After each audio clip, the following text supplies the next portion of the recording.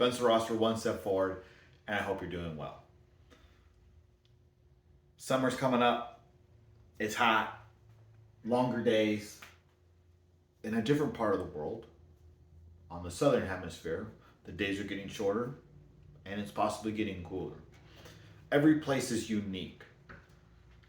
The people that you interact with are unique, but there's some things that we all have in common. Are you being happy for them when they succeed?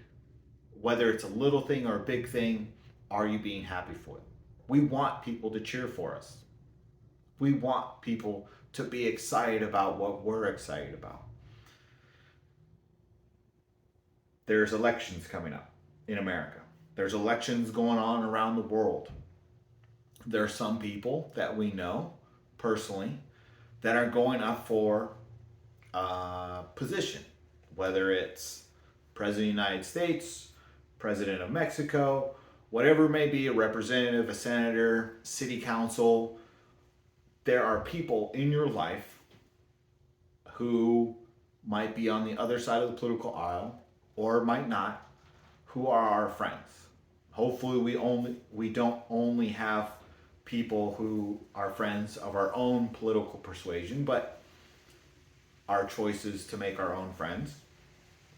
Are we being happy for them when they succeed?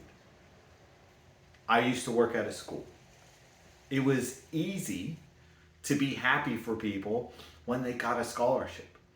It was easy to be happy for people when they got a 4.0 or whatever it is. They won the championship. Is it also easy to be happy for someone when they get the job that you went for? Is it easy to be happy for someone else who you don't know, who your company hires in to take the position that you wanted? Or they get someone to go on a date with. Or they're getting married and that's what you want. Or they're having a baby and that's what you want. There are points in our lives that we all struggle with something. Sometimes it's infertility, sometimes it's getting a new job, sometimes it's dealing with someone at work. Whatever it may be, when we're dealing with our stuff, are we still being happy and celebrating other people's successes? It's easy to get wrapped up into what we want.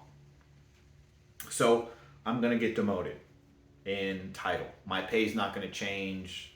We'll leave it at that. My pay's not going to change. But in title, I'm going to get demoted. And so I'm trying to mentor the guy who's going to take over for me because I want him to be successful. And there's going to be some things that when he takes over the position, he's going to need to know some background on some stuff. Well, he was kind of nervous about it because I'm telling him like, hey, you're going to get the position soon. Here's some things that you're going to need to know about that I'm working on today. And the reason why I'm telling you about it right now is because I either just had a conversation with someone or I'm going to have a conversation with someone about two different things. But he needs to know the background so that when he gets that position, he is successful in that position. So we had our discussion and then he stopped and I could see like he was going to ask a question and you could see it on his face. He was concerned. He's like, are you okay with this move? And I said, yes. It does take away from me like the title. It does. But my pay doesn't change. It's what he needs to be successful. It's what my boss wants. He wants all of us to succeed. It's not taking anything away from me besides some pride and a title. All right, I can do that. Who knows what's going to happen? But he needs this other guy needs this to be able to promote. Why would I take that from him? My pride, my selfishness? I'm happy for him. I'm excited for him. He's actually past time for promotion, but he went and did something really cool. He came back. He's a good guy. Why should I hold him down? Why should I not be happy for him? My brother just had another kid. Um, so I'm an uncle again. And the pictures that they're sending out of my niece are just amazing. They're great. Am I celebrating with him? I'd love to have kids. I don't have any. Should I take that out on him? What about her? My sister-in-law, but what about my niece? My niece won't know, but before I go to sleep at night, I will know. Am I celebrating other people's wins? When they win the championship, I played a championship. I coached a lot of soccer, and I coached in a small league, kind of like ASO. AYSO is a soccer league that's um, around the nation. I don't know if they're international, but it's around the nation, and it's kind of like club, but it's cheaper. Well, the league I was in, that I coached in, is similar to that. And I played against someone who has mentored me. I coached against a team of a young man who's mentored me, and just an amazing young man. And I coached against him. It was the hardest game I've ever coached, and we won. We won by 1 point the last 3 to 5 minutes of the game. It was a phenomenal game.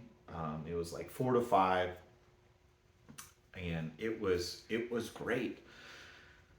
He was happy for me. Yeah, he was disappointed, and he was disappointed for his kids, but he was happy for me.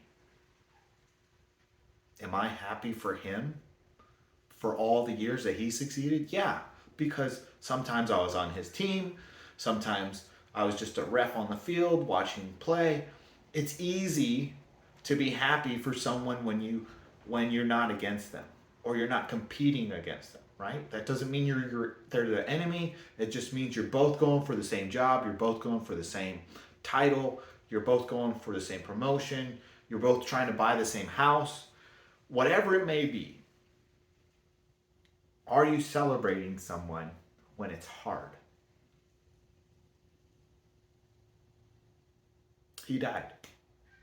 He died a couple years ago of cancer, very painfully, and it kind of brought up some thoughts of when my mom died, and that was very difficult, and that's okay. It's hard to watch someone die. My mom starved to death, and that was really hard. But I remembered that game, and I remember how hard it was, and I remember how good he coached. And I looked across the field and I said, hey, what can I do to help coach my kids better? And after the game, he celebrated my win. He celebrated the team's win.